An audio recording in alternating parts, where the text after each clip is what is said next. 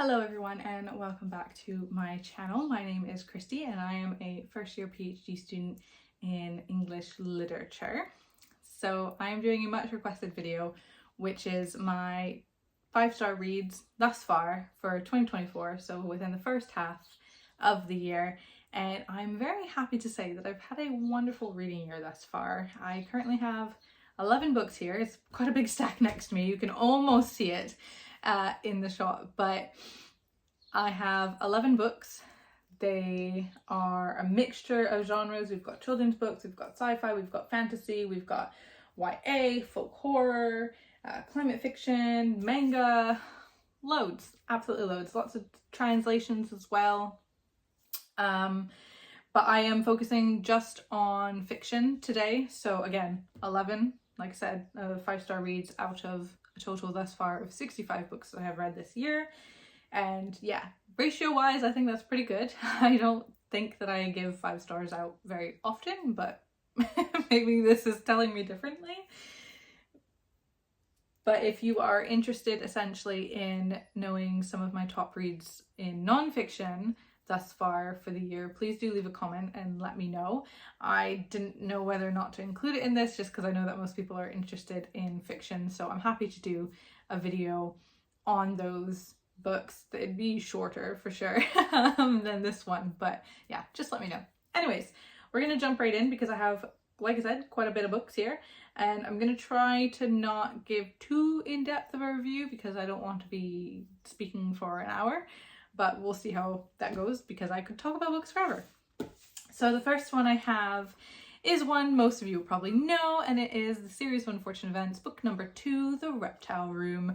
I like to read these especially in the evening. I have read them when I was a child, but I have been rereading the series lately, and they are especially nice to read, as I say, before bed. If I've had a really intense research day, this is a good way for me to still be reading, but it's an easy read, it's a fun read, and yeah, I feel like I'm still achieving something by reading these books before I go to bed rather than like scrolling on my phone. But this one in particular I love so much. It definitely has some Yugo Gothic vibes to it, but honestly the thing that really stands out for this particular one for me is the relationship between the Baudelaires and their uncle Monty. Especially if you've read the series before, you know that one of the things is their guardians tend to be just horribly oblivious to everything that is happening around them, or they don't care, they have no compassion towards these kids, they don't really want them there. Whereas Uncle Monty, I feel like, is an example that we get in this book of like how good their life could be and that it could have a happy ending, and you get that a bit, like they have a very small brief time where this is their reality before it all goes up in smoke. But essentially this is a story about 3 orphans, Violet, Klaus and Sunny, who are being shifted from guardian to guardian as their arch nemesis Count Olaf continuously tries to scheme, and with his theatre troupe that follow him around trying to do these devious schemes in order to get the Baudelaires and to then get their inheritance, their fortune. And as the title suggests, it is just a series of unfortunate events, one after the other. There's 13 books in the series, and this one is by far my favorite, so that was a really fun read. Also a lot darker than I remember it being. The thing that happens, I don't remember it happening in that way. I don't want to spoil anything if you've not read it, but I was like, oh, I don't remember being like shocked when I read it as a child, and I feel like this should shock you. But yeah, so it definitely rereading is a really fun experience for me, especially when it's been a very long time, because I'm really bad with details in books. If I've just read the book, it's not so bad, but once a couple months go by, I don't remember anything, which is also why I'm not doing hopefully too in-depth reviews, because I won't be able to. The next one I have here is one that I actually read for kind of background research for my thesis. So the area that I research within is climate fiction. This is not what I would define as a climate fiction text, but it is one that brings elements that are there, and I thought it was necessary for me to read. So I finally dived into the 5th season by N.K. Jemisin. This is the most incredible example I have ever read in terms of merging sci-fi and fantasy together. The world building is absolutely phenomenal. The characters are so strong in this story. The way the timelines work is mind-blowing. I was like, which I love. I so rarely have a book that can kind of not catch me out, but where I'm not expecting something from like a mile away. And this, so good. And the topics that it covers are really important. It looks at colonialism, slavery, domination and kind of subjugation of women, and also just like controlling those who are deemed as different and quote unquote dangerous, and the kind of rebellion that can be stirred in terms of those who are constantly being controlled, especially when they have an inherent power to themselves and within themselves. So really important read. I will say that it's quite a heavy read, so you need to be a bit in the right framework of mind. Yeah, that makes sense. Before diving into this. There was one chapter in particular that was really difficult for me to read, and I actually had to set the book down for almost a month before I could return to it, because I just thought, if this is how it's going to go, it was in maybe the first third of the book, that I was like, I might need to return to this when I'm in a better headspace. But it was really just that chapter that was really heavy. Again, an important chapter, but it really doesn't shy away from the realities of experiences like that. So an incredible book. Can't wait to read the rest of the series. This is the first one in the Broken Earth trilogy. I have the other two, I just haven't gotten to them yet. And again, one of the things that really makes this is the relationship between the characters, which can be complex and confusing, but also beautiful all in one, and lots of diversity in the characters as well. Just love this series so much, and would recommend it to everyone. And it is definitely going to be in my top 5 reads, I think, of this year, because really good, really good. The next book is a sci-fi book. It's very short, very teeny, and it is by Ursula K. Le Guin. It is The Word for World is Force. This is another quite heavy text. I read this for research as well. It talks about the environmental degradation caused by humanity on the planet, but also in terms of the violence that is both done in terms of exploiting the land, but also exploiting anybody deemed as other, any being deemed as other. So this is set on a planet which has just had humans, or they call them humans, land and begin trying to colonize the area, trying to do logging like forestry and stuff, because they've forested planet Earth to the extent that they no longer have that resource. So they're exploiting beyond planet Earth, because of course that would be the natural response, right? And essentially this completely decimates the culture, lifestyle, kinships that the indigenous beings there have had as they've lived harmoniously with the planet that they're on. And it also shows similar violence, control, exploitation of human women who are basically shipped over to this planet like cattle in a way, with, you know, being numbered and basically given to these men to do with as they please. And it is a very violent book. It talks about how violence is contagious, how violence is a disease, how when you're exposed to violence, that no matter how peaceful a society you have imposed that violence upon, that violence can then never completely leave. There is no winner in this situation, and I found that the most compelling element of this story, in that one, you don't have a white hero savior. Colonizers are not the ones coming out of this in a good light, and they're not winning, but also noting that in a situation like this, life is forever changed, and that itself is a really violent invasion of a life and lifestyles that had previously been able to exist without humanity messing things up, essentially. But it's brilliant. It is another one that I would highly suggest people read, but I will also say, again, it is violent, and there are some topics that I think people, or scenes that people might find disturbing, so, or not disturbing, distressing is the word, and well, also disturbing.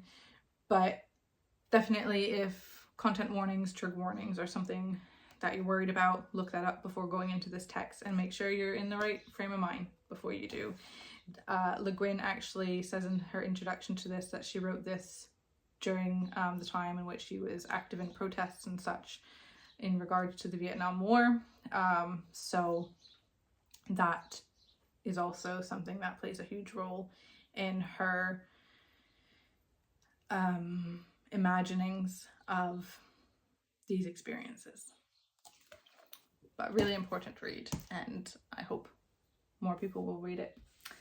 The next book is another heavy book, and that is Parable of the Sower by Sower?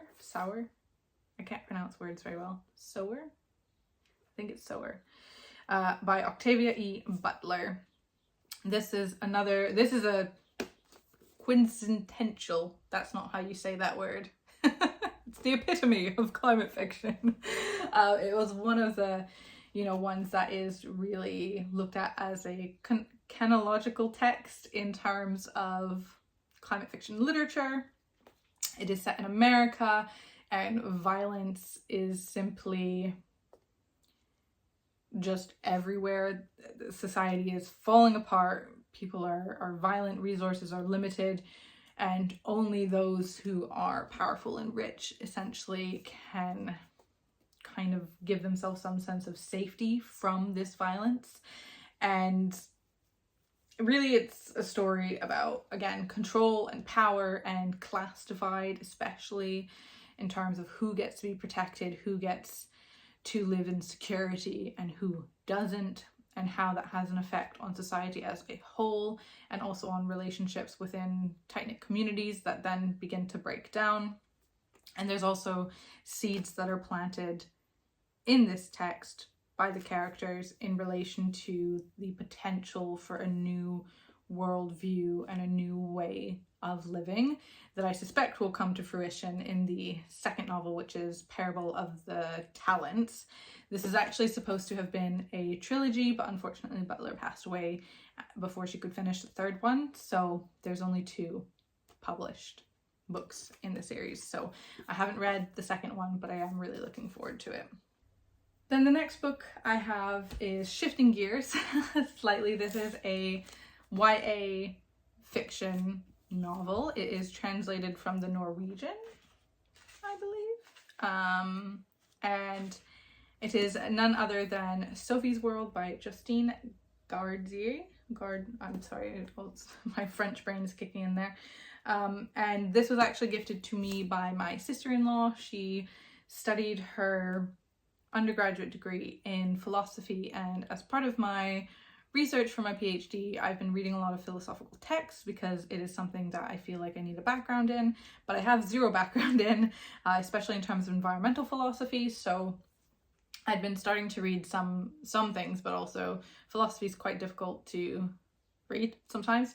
So she had actually gifted me this for my birthday because this is a fantastic way to know more about philosophy. It is fiction, but essentially it goes through the entire span of particularly Western philosophy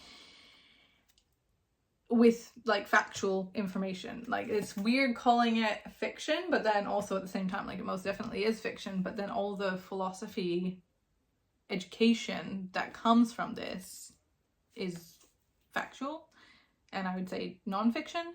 So it's kind of like a fun textbook.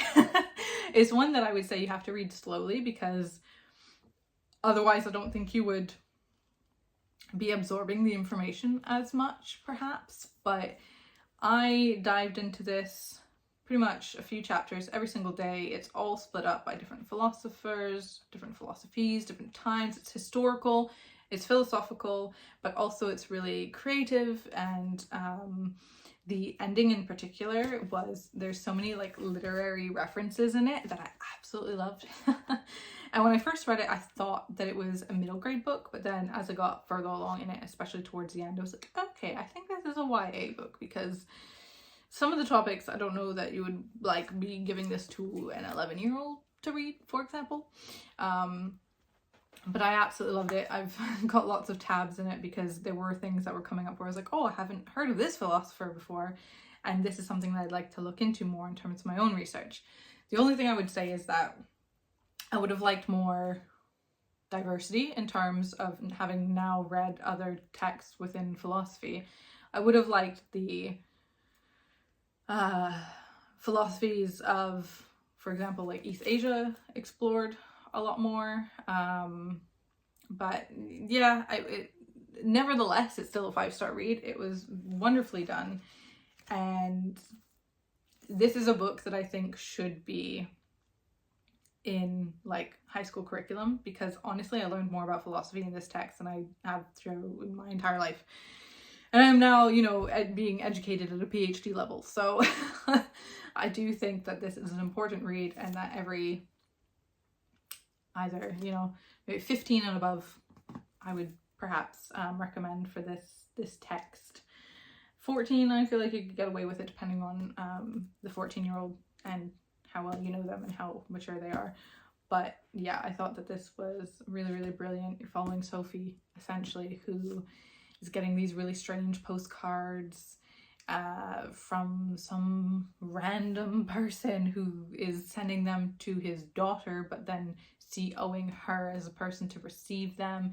And there's all this mystery behind it. And at the same time, Sophie's getting basic lessons in philosophy and the history of philosophy from Alberto Knox. And yeah, it's weird, it's wonderful, but most importantly, it is extremely informative, and highly recommend this, especially if you're somebody who's in undergrad or something like that, and philosophy has such a huge impact on every level of our society and our culture and our education, that again, I think everybody should be reading this book. So yeah, that was a 5-star read for me, and one that I hadn't even heard of before I got it for my birthday. Even when I got it for my birthday, I will say, I kind of was like, thanks to my sister-in-law, because I was like, what have you just given me? But I'm extremely grateful, because this is really, really a good story. And the ending, at first I was really confused by it, because it is strange, but after finishing it and reflecting on it more, I was like, that was a perfect way to encompass and show all that information. It's a philosophical ending, let's put it that way. And then let's move on actually to the ones on my e-reader. So the next one, I'm just trying to see, I know it's translated, trying to see what it's translated from. It's not going to tell me. I think this is translated from the Dutch. If I'm wrong, I am so incredibly sorry. Now I've gone away from the title page. There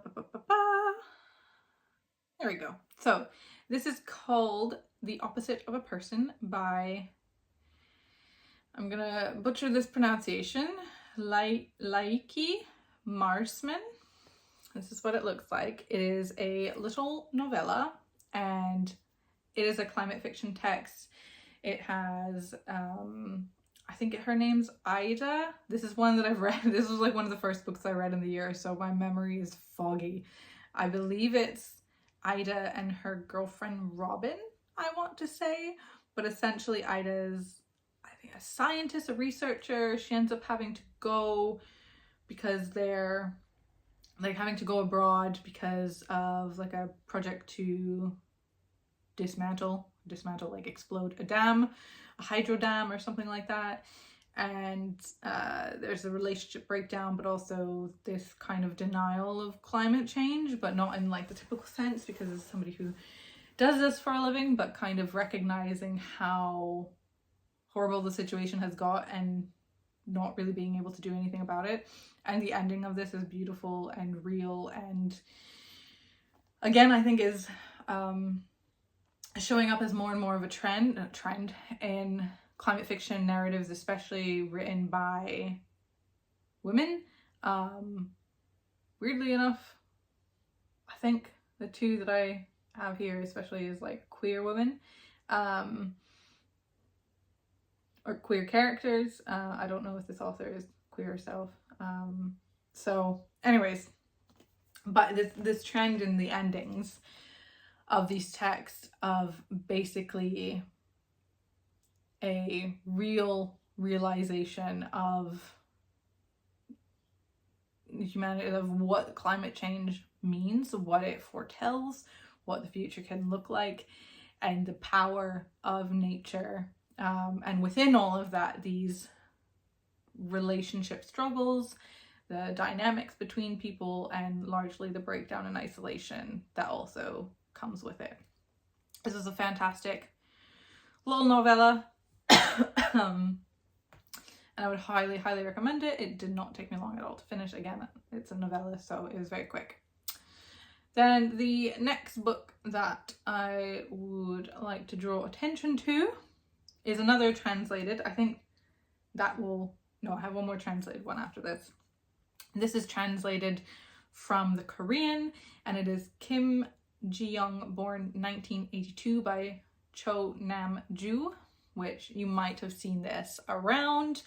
This was kind of the book that was said to spark the, what is it called? The movement in Korea, in South Korea, in which women are essentially saying like, I'm not gonna be dealing with men in any capacity, so like no relationship, no marriage, no children, that sort of thing. And this book was brilliant. It was brilliant in its mundanity.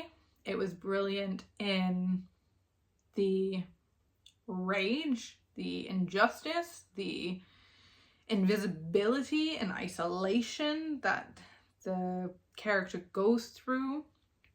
This continuous gaslighting of her lived experiences, and just being continuously subjugated in terms of having to exist as kind of secondary to men.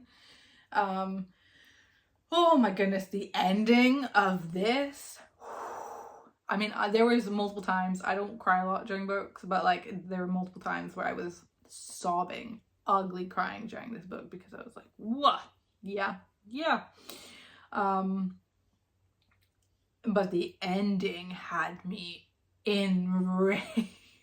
I fully threw my ear onto the chair that was across from me, because I was like, if I'm so angry. Like, it's so well done,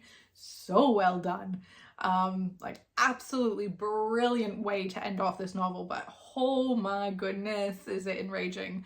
Another really quick read, very different to my other typical reads, because again, this is more like, it's not contemporary fiction in terms of like, I know people used to kind of confuse that term almost with like contemporary romance, like not that, but just like contemporary fiction. Does that make sense? So yeah, but it was brilliant. And this is my e-reader. I have a wee Kobo. I love my Kobo, so I do like reading quite a lot on it. It especially helps for my joints because it's a lot lighter. So I've done those. Then I have some more recent ones that I have finished. So I'm gonna start actually with The North Shore. This came out last year, I want to say. Maybe it was the year before. I think it was 2023. Yeah, so last year. And I actually got this in like competition, which I'm really excited. I was really excited for, and I meant to read it straight away, and then never got around to it. But this is The North Shore by Ben Tufnell, and it is essentially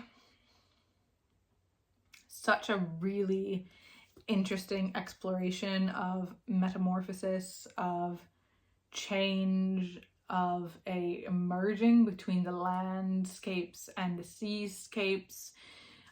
Is very eco-gothic, essentially set on this little coastal, very small coastal town in a little like cottage that's very isolated, and essentially the main character, who is very clearly purposefully vague in description.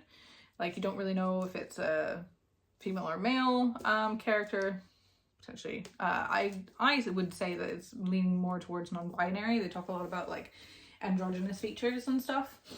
But this character stumbles upon this man who washes up on the shores after a storm, and he starts coughing up seaweed, or was it, no, he starts coughing up leaves and dirt, and then I think at one point it turns into like seaweed and stuff.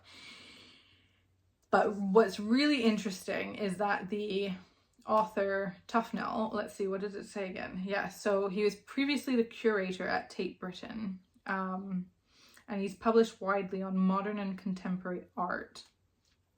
And that is so clear in his writing. The way he talks a lot about different pieces of art, different sculptures, and the way that he describes things, it's like you're seeing it in your mind.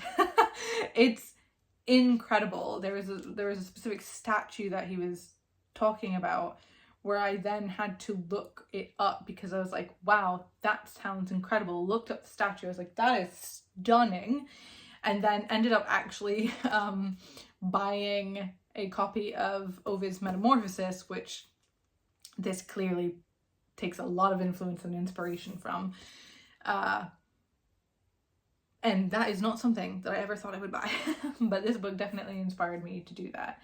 And it's a really difficult one to explain. I would classify it more as like literary fiction. The art and nature really are at the center of this, and it's a very slow burn, but eerie, uncanny, slightly unsettling story and narrative that really develops into something beautiful and strange. I'd say the ending I was a little bit less impressed by, but like it kind of felt a bit like a cop-out to be perfectly honest. But the way that this was written, the lyricality of the prose was stunning.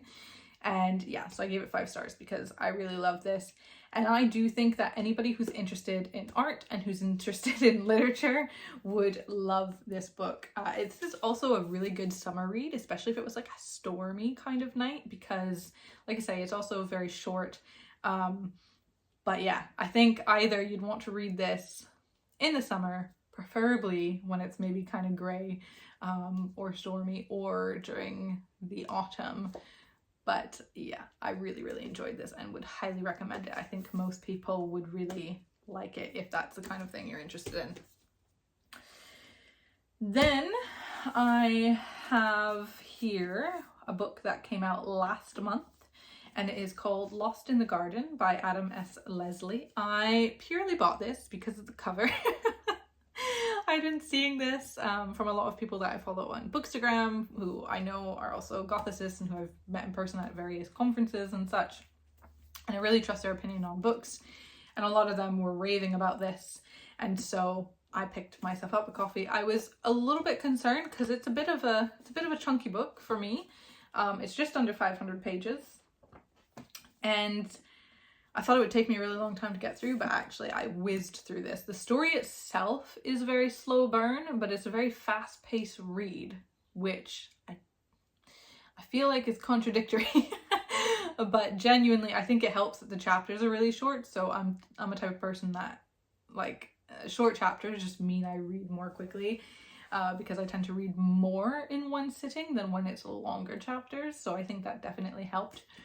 But essentially, this is a folk horror read, but I would say don't let the horror aspect of that make you not read the book, because the horror aspect is very mild, and arguably I would be like, it's not really horror, it's a little bit like maybe a little bit darker moments and stuff, but if I could say folk terror that would be a bit more true, I think, than folk horror as a label to it. But essentially within this world we have three characters. We have Heather, Antonia, and Rachel.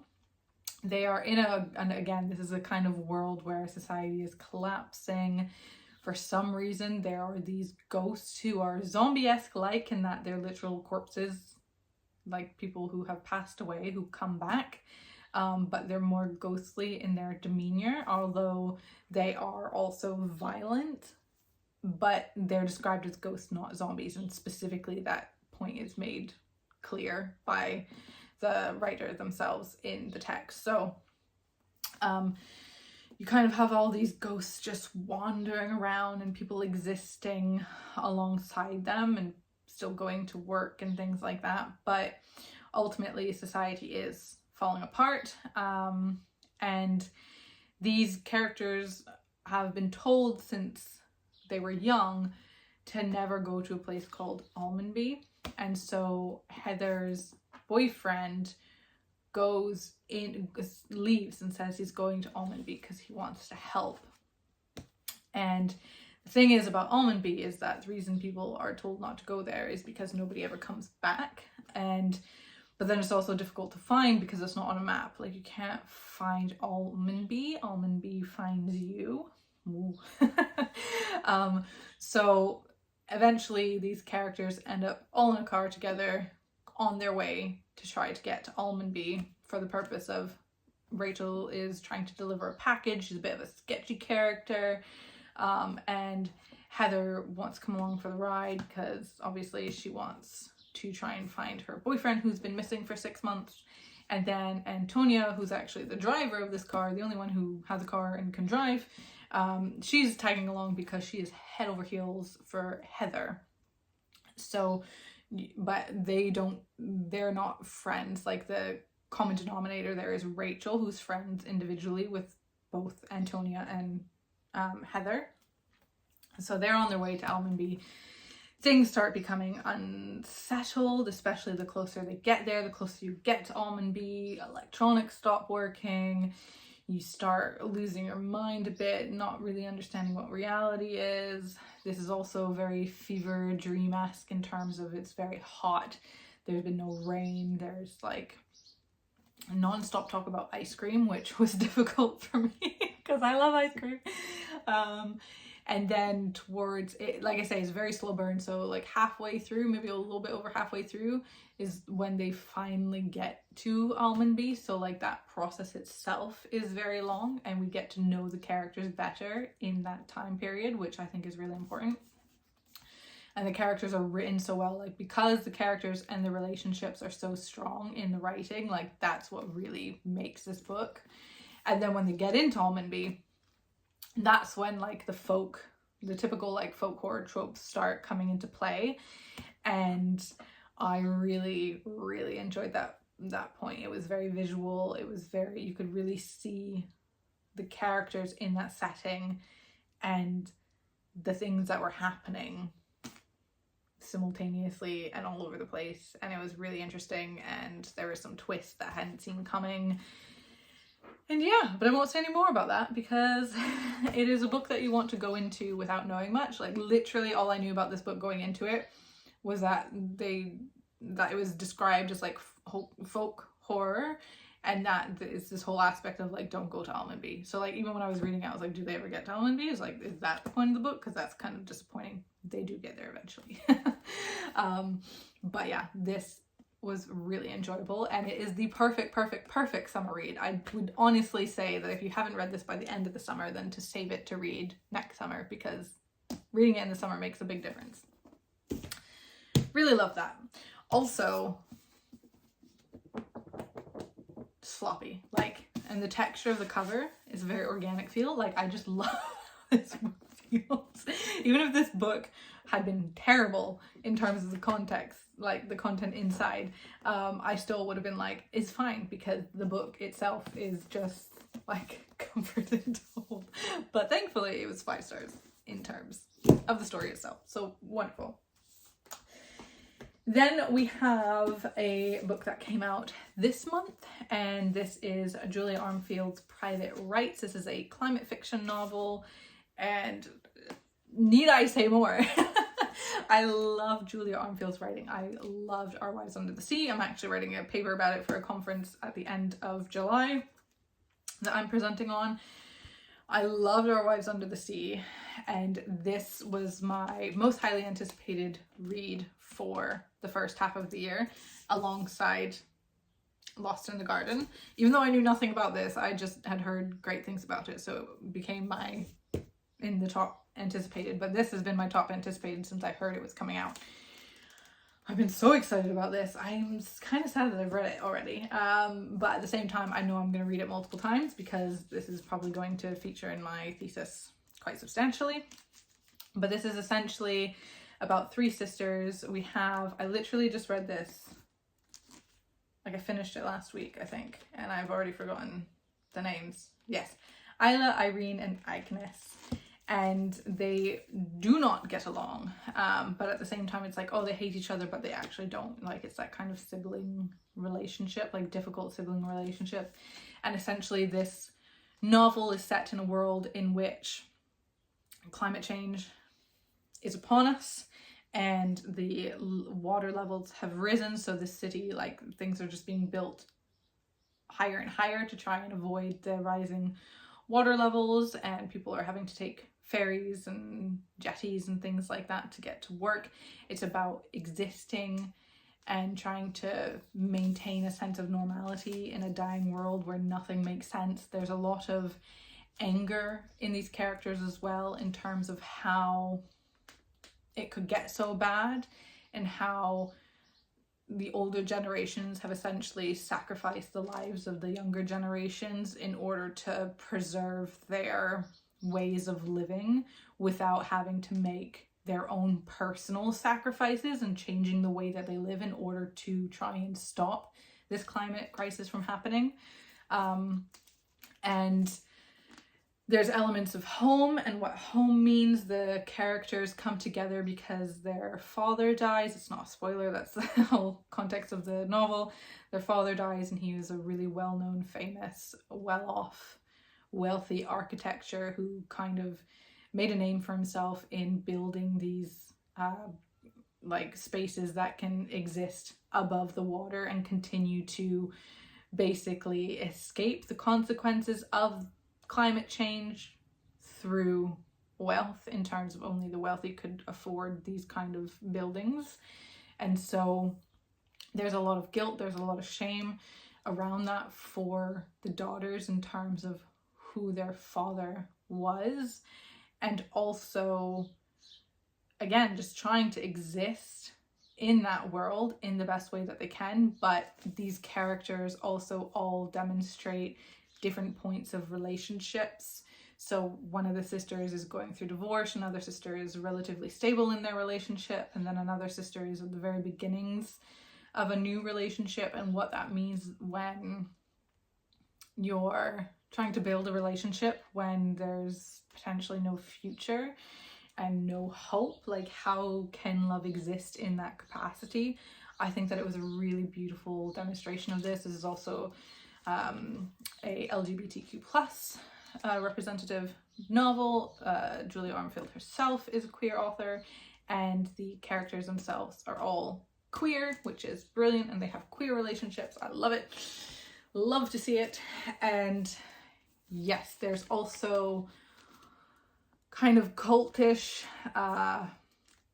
undertones throughout the stories. There's this idea of like what it means when we feel like we're constantly being watched, and what it means essentially to like how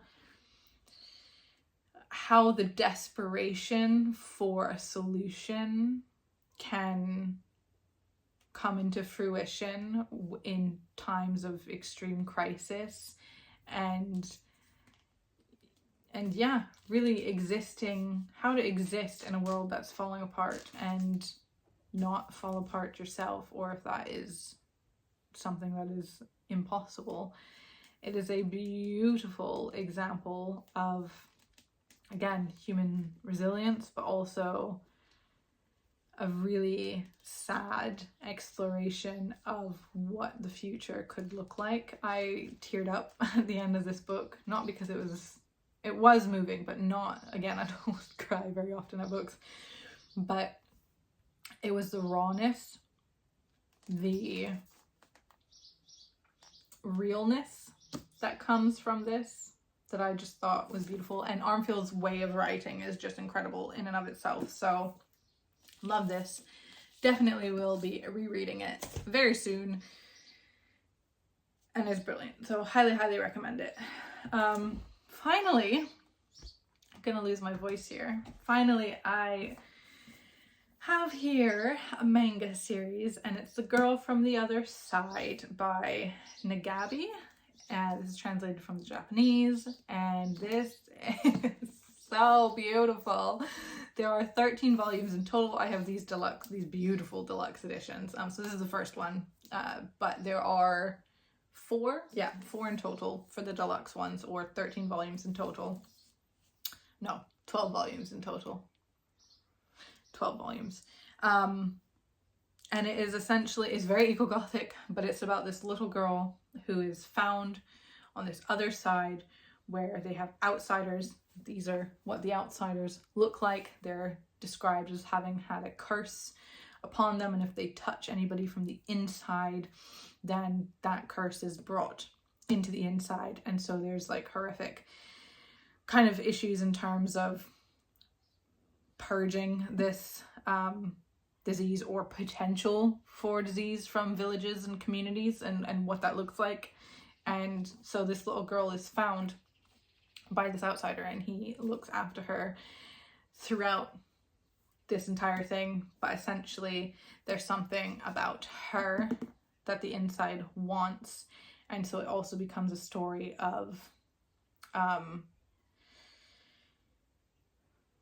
love and loss, and trying to protect those that we are close to, again, in this notion of like a world that doesn't make sense, and where danger lurks around every corner, but maybe not in the way that you first thought. And the relationship between these two, between teacher and Shivia, are so beautiful. I think one of my favorite volumes was actually in the deluxe. It's part of volume 3. I can't remember exactly, maybe 6 or 7. And it was like, it's the volume that really nothing happens in except for the relation. Like, it's just everyday little moments between these two characters, and it's so beautiful. There's such a like familial aspect to it, of parenthood, of family, of just the positivity and brightness of children in difficult situations, and their ability to adapt, and what we can learn from that. And it's just beautiful. It's beautiful. And then there's lots of like other things that are happening, and like I said, eco-gothic and transformative and a bit scary and thrilling, and yeah, lots of emotions within this storyline. and I don't want to give anything away.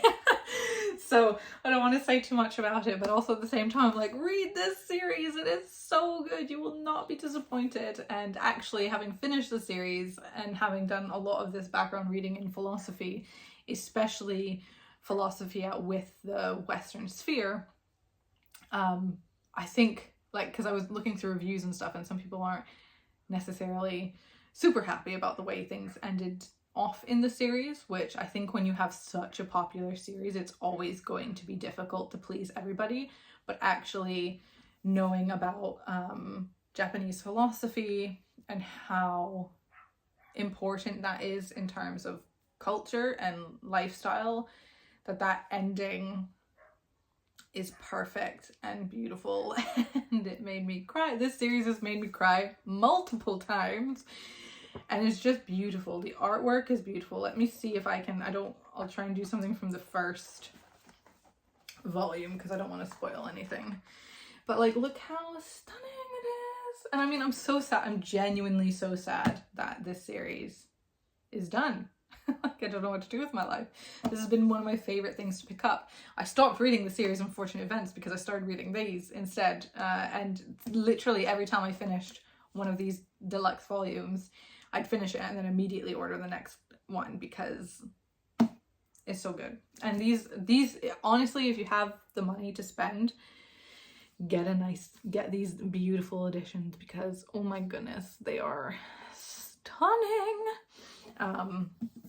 And you get like a little bit of extra bonus material as well, kind of at the end of each. And you've got beautiful colored spreads as well that I don't think you get with the, I don't know if that's a spoiler. Ugh, no, never mind. Don't want to ruin my book, but also, is that a spoiler? Yeah, I think it would be. So ignore that. Hopefully you didn't see it. But yeah, absolutely wonderful series. So that is my total of 11 5-star reads for the first 6 months of this year. They have been wonderful. I've enjoyed them immensely. And I hope that has given you some new titles to read. I'm trying to do that thing where that's my stack of 5-star reads. No, but honestly, I would definitely recommend literally any of these books to probably anybody. But like I said, some of the heavier, like some of the texts that have heavier content, I would definitely just recommend looking up some potential trigger warnings because they can be more difficult reads. In terms of that, I would say probably the ones that meet that the most are these three. Like, I would just want to flag up, if you want to read these and you're worried about content warnings, please just do a quick Google search for that before diving into them. I'd say the others are, I mean, I read a lot of gothic and horror and stuff, so if that's not your usual cup of tea, then just keep that in mind. But yes, thanks so much for sticking around if you have made it this far, because I have been talking for ages. And again, if you would like me to talk about some of my non-fiction reads from the first half of this year, please do let me know. If you want to see more book reviews, sharing what I read, sharing monthly wrap-ups, anything like that, let me know, because I'd be more than happy to do that for you. But it just depends on what you all are interested in. So thanks so much again, and I hope you have a great second half of the year with your reading. Bye!